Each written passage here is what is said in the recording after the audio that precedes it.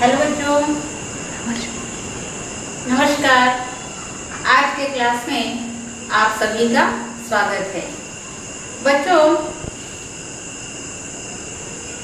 हम पिछले पीरियड में मोठे होत असलेल्या मुलांनो ये स्थूल वाचन का पाठ पूरा किया है।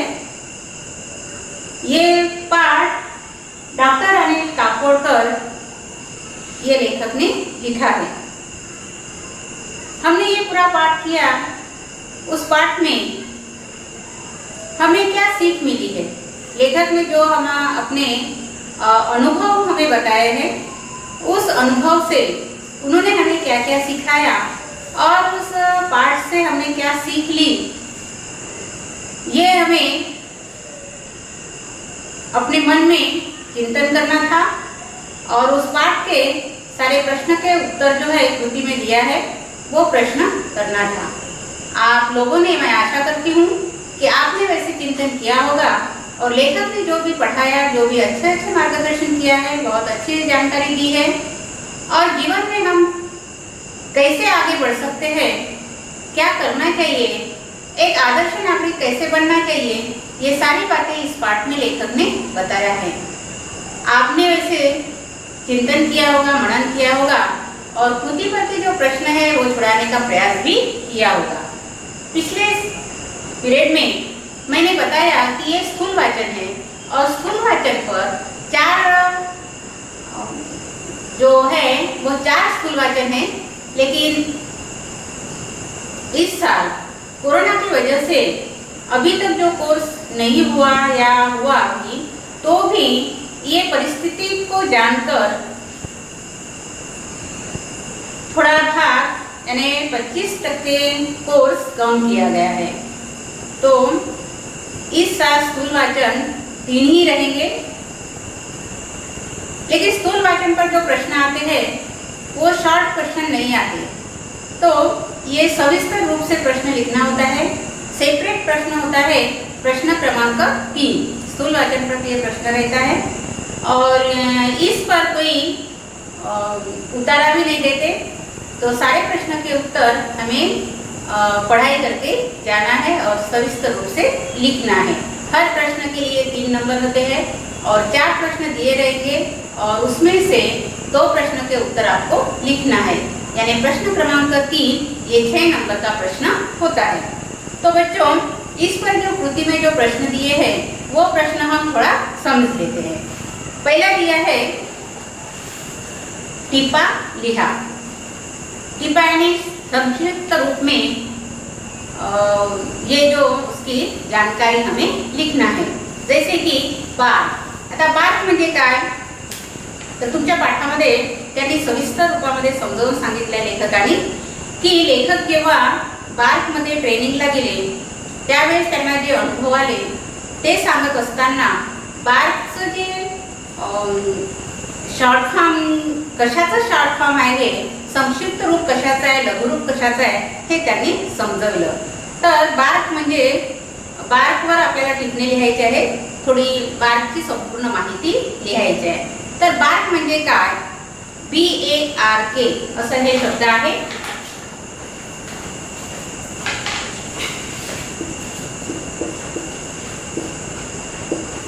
BARC असा शब्द आहे। त्याचा पूर्ण सविस्तर रूप आहे भाभा ॲटॉमिक रिसर्च सेंटर। यालाच भाभा अणुसंशोधन केंद्र या नावाने ओळखले जाते किंवा या संस्थेचं हे लघुरूप आहे। तर या ठिकाणी तुम्ही इथून प्रश्न सुरुवात करायची आहे की बार्कची माहिती। बार्क म्हणजे त्याचं संक्षिप्त रूप BARC आणि बार्क हे भाभा ॲटॉमिक रिसर्च सेंटर, यालाच भाभा अणुसंशोधन केंद्र या नावाचे हे लघुरूप आहे। डॉक्टर होमी भाभा यांनी भारताचा अणुसंशोधनाचा पाया घातला आणि म्हणून या संस्थेला डॉक्टर होमी भाभा यांचे नाव दिले गेले आहे।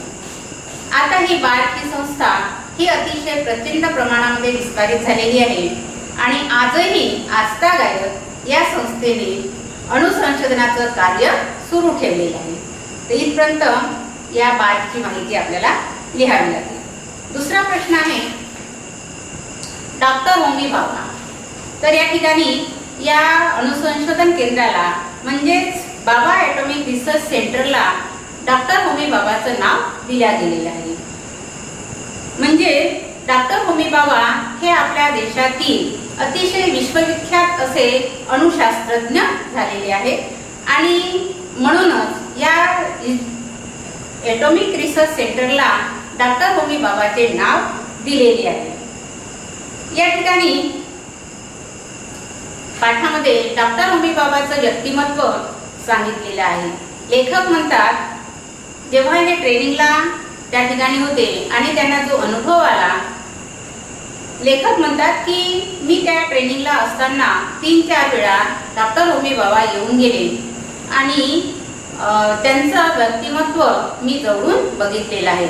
अतिशय स्फूर्तिदायक असं त्यांचं व्यक्तिमत्व होतं. एकदा आम्ही मुलांनी त्यांना विचारलं की या ट्रेनिंगमध्ये आम्ही 100 मुलं आहोत, परंतु या संस्थेमध्ये 100 मुलांना पुरेल एवढं काम नाही. तेव्हा डॉक्टर होमी भाभांनी म्हटलं की तुम्ही त्याची चिंता मात्र मुळीच करू नका, तर तुम्ही आपलं काम करत राहा. एखाद्या बॉसने आपल्याला काम सांगितलं आणि तेवढंच आपण काम करून चूप बसलो तर ही जी संकुचित वृत्ती आहे ही वृत्ती मात्र चांगली नाही.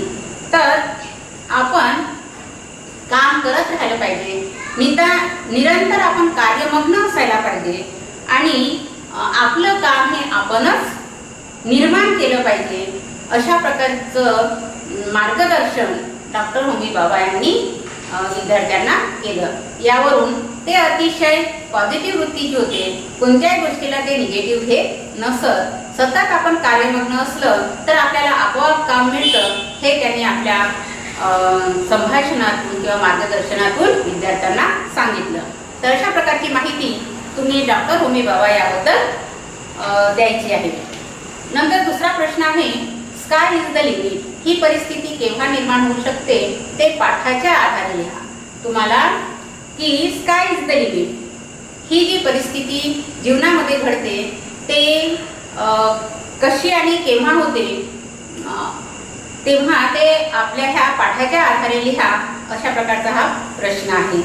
तर या पाठामध्ये लेखक जेव्हा पार्कमध्ये ट्रेनिंगला होते तेव्हाची ही घटना आहे आणि त्यावेळेस डॉक्टर होमी भाभा हे विद्यार्थ्यांचं कार्य बघण्याकरिता 3-4 वेळा संस्थेमध्ये येऊन गेले आणि जेव्हा त्यांना विद्यार्थ्यांनी विचारलं की एवढं काम पुरेल एवढे ह्या संस्थेमध्ये आम्हाला काम नाही, आम्ही तर 100 विद्यार्थी आहोत, तेव्हा त्यांनी सांगितलं की त्याची तुम्ही चिंता बिलकुल करायची नाही. तर तुम्ही तुमचं काम निर्माण करा आणि काम सतत जर निर्माण करत असू तर मात्र आपल्याला अनेक काम मिळतात. निर्मितीतूनच आपल्याला अनेक कार्य सुचतात आणि आपण चांगले चांगले कामं करू शकतो. तर जेव्हा अशा प्रकारे आपणच काम निर्माण करून आपणच जर ते करत राहिलो तर मात्र एक दिवस अशी परिस्थिती येते की स्काय इज द लिमिट. म्हणजे आपण अतिशय व्यापक स्वरूपामध्ये आपले कामं आपण करू शकतो आणि म्हणून आपला मार्ग आपणच शोधला पाहिजे. आपले कामं आपणच निर्माण केले पाहिजे. कुणी आपल्याला सांगितलं आणि तेवढंच आपण काम करून थांबायचं अशी मात्र आपली वृत्ती नसावी. अशा प्रकारे जेव्हा आपण कार्य करतो तेव्हाच आपल्या जीवनामध्ये स्काय इज द लिमिट अशा प्रकारची परिस्थिती निर्माण होत असते. जसे की स्कायला काही लिमिट नाही, तशा प्रकारे आपल्या कार्याला सुद्धा काही लिमिट नसते. असं अनलिमिटेड कार्य आपल्या हाताशी असतं, असंच लेखकाला या ठिकाणी सांगायचं आहे. त्यानंतरचा प्रश्न दिलेला आहे, आधी केले मग सांगितले या युक्तीची यथार्थता स्पष्ट करा. यथार्थता म्हणजे त्याच्यातील अर्थ. ही युक्ती जी दिलेली आहे, ही वचन जे दिलेलं आहे त्या वचनाचं स्पष्टता, त्या युक्तीचा अर्थ तुम्ही स्पष्ट करून सांगा, असा त्याचा अर्थ आहे. तर या ठिकाणी लेखकांना जो दुसरा अनुभव आलेला आहे, त्या दुसऱ्या अनुभवातून आपल्याला हे लक्षात येतं की जेव्हा लेखक ट्रेनिंग स्कूल संपवून पार्कमध्येच ते इंजिनियर या पदावर रुजू झाले, तेव्हा त्यांना मेटलायझिंगचं काम देण्यात आलं. तेव्हा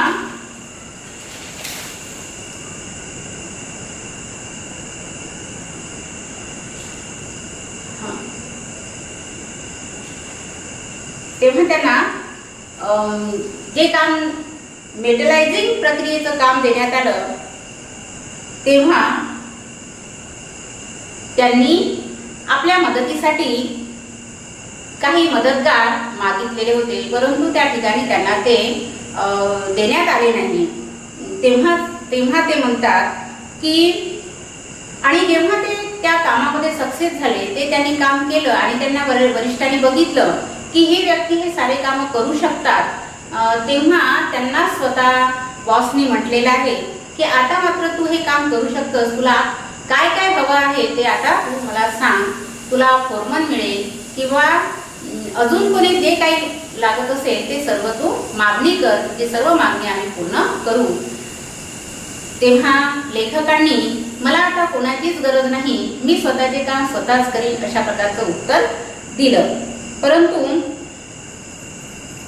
त्यांनी सांगितलं की एकट्याने कामं मात्र जास्त होत नाही, मोठ्या प्रमाणात जर आपल्याला काम करायचं असेल तर आपल्या हाताशी मदतगारांची आवश्यकता आहे. आणि समजावून सांगितलं की आजपर्यंत कोणत्याही इंजिनियरला आम्ही मदतगार न देण्याचं कारण म्हणजे ते स्वतः काही करून बघत नाही आणि पहिलेच मात्र इतर अनेक गोष्टीची ते मागणी करतात आणि म्हणून आम्ही हे सर्व त्यांना दिलेलं नव्हतं. तेव्हा आधी करावे आणि मग सांगावे. संत रामदास स्वामीचे हे वचन आहे. ते म्हणतात आधी करावे आणि नंतर सांगावे. आपण मात्र काहीच स्वतः करायचं नाही. जे काम आपण दुसऱ्याकडनं घेणार, जे काम आपण दुसऱ्याकडनं करून घेणार, त्या कामाची सर्वस्वी माहितीच जर आपल्याला नसेल तर मात्र समोरची व्यक्ती त्या व्यक्तीचं काहीही ऐकणार नाही आणि त्या व्यक्तीमध्ये आदर पण असणार नाही. आणि म्हणून ज्या व्यक्तीला त्या पदावर काम करायचं आहे त्या पदाचा, त्या कामाचा परिपूर्ण अनुभव, परिपूर्ण ज्ञान त्या व्यक्तीला असायलाच पाहिजे. आणि म्हणून संत रामदास स्वामींनी म्हटल्याप्रमाणे कोणतेही काम पहिले आपण केलं पाहिजे, आधी आपण केलं पाहिजे आणि त्याचा परिपूर्ण ज्ञान असल्यानंतरच ते आपण दुसऱ्याकडनं करून घेतलं पाहिजे. तरच मात्र आपण आदरणीय बनू शकतो, आदर्श बनू शकतो असं या ठिकाणी लेखकांना सांगायचं आहे. आणि म्हणून अशा प्रकारचा या युक्तीचा अर्थ आहे. त्यानंतरचा प्रश्न आहे, मेटलायझिंग प्रक्रियेवर काम न होण्यामागची कारणे कोणती असावीत असे तुम्हाला वाटते? या ठिकाणी या प्रश्नामध्ये तुमचं मत त्यांनी विचारलेलं आहे की लेखक म्हणतात, आणि अशा प्रकारचा प्रश्न येत असतो. लेखक म्हणतात की या ठिकाणी मेटलायझिंग प्रक्रियेवर जेव्हा काम लेखकांना मिळालं तेव्हा मात्र त्यांना समजलं की या प्रक्रियेवर कुठलीही मदत मात्र या मेटलायझिंग प्रक्रियेवर कोणतंही काम आतापर्यंत झालेलं नाही. तर याचं कारण काय असावं? लेखकही म्हणतात की ठीक आहे, मला हे काम तुम्ही दिलं ते मी काम करेल, परंतु मला एक या ठिकाणी त्यांनी आपली मागणी केलेली होती की मला फोरमन आणि वेल्डर आणि फोरमन यांची गरज आहे. परंतु त्यांना वेल्डर आणि फोरमन हे मदती करता देण्यात आले नाही. स्पष्ट बॉसनी नकार दिला की हे तुला काही मिळणार नाही, तुला सर्व कामं हे करावं लागतील. हे काम जेव्हा त्यांनी स्वतः परिपूर्ण केलं तेव्हा त्यांना सांगण्यात आलं की आजपर्यंत जे ज्या ज्या ज्या इंजिनियरची या पदावर नियुक्ती करण्यात आली आणि हे काम त्यांना देण्यात आलं, तेव्हा मात्र काहीही करून न दाखवता, स्वतः काहीच प्रयत्न न करता त्याने वेगवेगळ्या गोष्टीची मागणी केली आणि ती मागणी या संस्थेने मात्र पुरवली नाही. की जे यंत्रसामुग्री भरपूर होती, परंतु त्यामुळेच त्यांना पाहिजेली असलेली मदत न मिळाल्यामुळे त्या प्रक्रियेवर आतापर्यंत कोणत्याही इंजिनियरनी काम केलेलं नाही, म्हणजे यंत्रसामुग्री असताना सुद्धा. तर त्यांनी मदत न दिल्यामुळे आणि जो कोणता व्यक्ती त्या ठिकाणी इंजिनियर काम करायला रुजू झाले, त्यांनी स्वतःहून काम करण्याची तयारी न दर्शवल्यामुळेच यंत्रसामुग्री असताना सुद्धा मेटलायझिंग प्रक्रियेवर काम झालेलं नसावं, अशा प्रकारे तुम्हाला या प्रश्नाचं उत्तर लिहायचं आहे. समजा या प्रश्नाचं उत्तर स्वतःचे मत देत असताना इकडे तिकडे जर 1-2 वाक्य झालेही तरी परंतु काहीही फरक पडत नाही, कारण या प्रश्नाचं उत्तर स्वतःच्या मतीने स्वतःला जे अनुभव आले किंवा स्वतःला जे वाटतं ते या प्रश्नाचं उत्तर द्यायचं असतं. आणि बहुतांश अशा प्रकारचे प्रश्न विचारले जातात आणि पाठामध्ये तर स्वतःचे मत स्वमत सांगा असा प्रश्न मात्र असतोच. तर बच्चो, या ठिकाणी शेवटचा प्रश्न एक आहे, प्रत्यक्ष अनुभवातून शिकणे हे अधिक परिणामकारक असते, हे विधान स्वानुभवातून स्पष्ट करा. म्हणजे प्रत्यक्ष अनुभव घेतलं तर आपल्या जीवनासाठी ते अतिशय परिणामकारक असतं. हे स्वानुभवाने म्हणजे स्वतःच्या अनुभवातून तुम्ही स्पष्ट करा असं या ठिकाणी या प्रश्नामध्ये विचारलेलं आहे. आता स्वानुभव म्हणजे कोणतीही गोष्ट विद्यार्थ्यांना, जसं की शाळेमध्ये क्राफ्टचे विषय असतात, तर त्या क्राफ्टच्या विषयामध्ये अनेक वस्तू छोट्या मोठ्या तयार करायचं शिकवल्या जात असतं. तर एखादी वस्तू आपल्याला पूर्वीपासूनच काय करता येत नाही, परंतु जर आपल्याला थोडं शिकवलं तर आपण त्याचा विचार करू लागतो आणि विद्यार्थ्यांना जर सांगितलं तर ते करतात.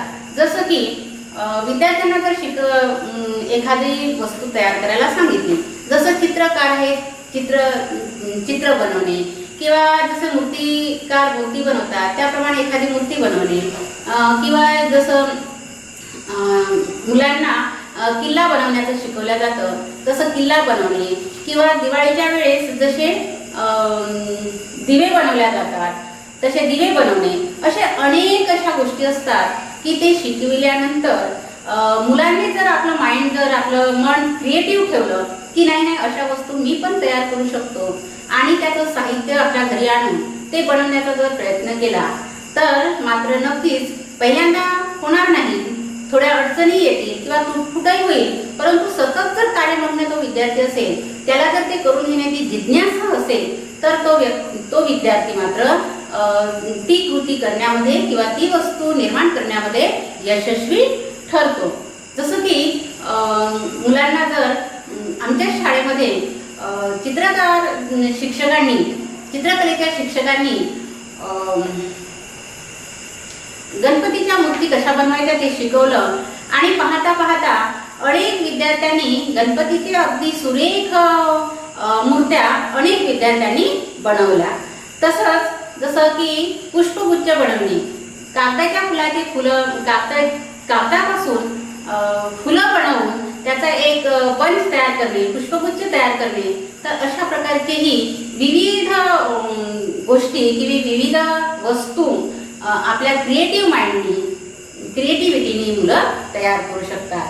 तर प्रत्यक्ष अनुभव जर आपण घेऊन जर ती एखादी वस्तू जर आपण तयार करत असू तर त्याचा जो अनुभव असतो, त्याचा ज्या अनुभवातून जे आपल्यावर परिणाम झालेला असतो तो अतिशय अधिक परिणाम असतो, फार मोठा परिणाम असतो की पुढे जाऊन ती केलेली कृती जर आठवली तर त्यातूनच एक क्रिएटिव्हनेस तयार होऊन आपण पुढील जीवनामध्ये एक चांगलं मोठं काम पण करू शकतो. तर या ठिकाणी अशा प्रकारे कोणताही स्वतःचा अनुभव देऊन तुम्ही ह्या प्रश्नाचं उत्तर लिहू शकता. तर मुलांनो, या ठिकाणी आपला हा पाठ पूर्ण संपलेला आहे. पाठ पण समजून दिलेला आहे आणि यावरची जी कृतीपत्रिका आहे, कृती आहे, त्याचे सारे प्रश्नाचे उत्तर आपण या ठिकाणी बघितलेले आहेत. तर या ठिकाणी आजच्या पिरियडला एवढं. पुढे आपण पुढच्या अभ्यासाला सुरुवात करूया. धन्यवाद.